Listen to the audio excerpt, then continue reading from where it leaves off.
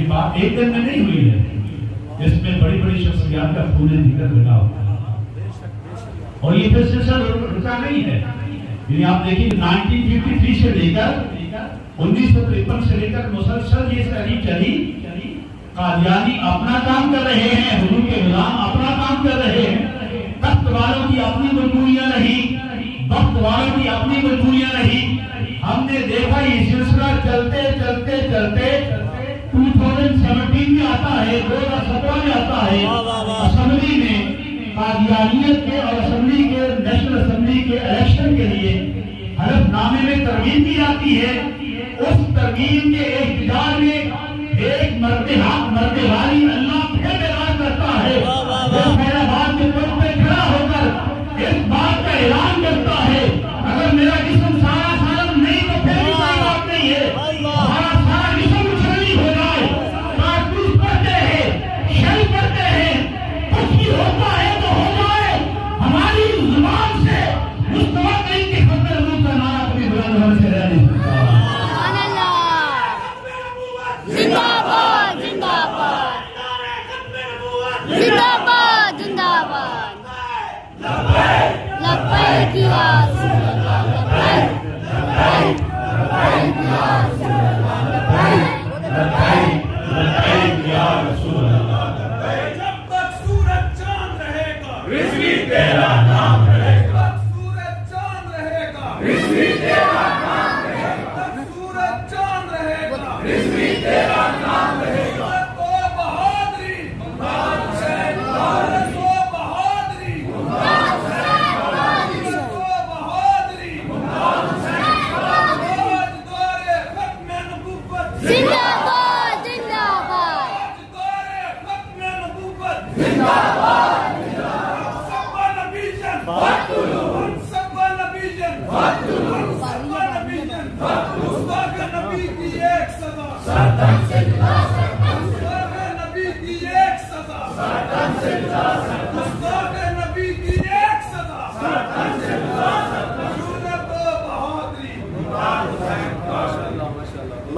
اور پھر دیکھیے اہل اسلام،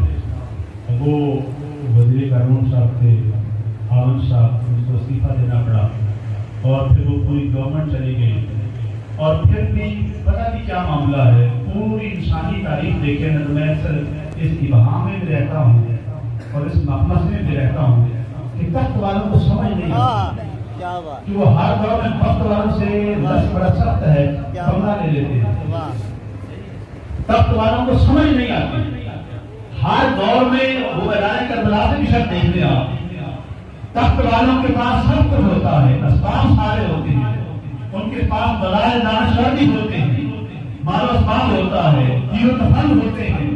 سب کچھ ہونے کے باوجود وہاں سے لے کر یہاں تک یہ بات ثابت ہو جاتی ہے، تخت والے سب کچھ لڑا کے بھی بازی ہار جاتے ہیں، تخت والے سب کچھ لڑا کے بھی بازی دی جاتی ہے۔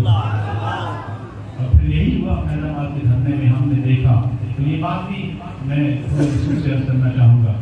کہ بارگاہ مصطفیٰ میں جسم نہیں دیکھا جاتا،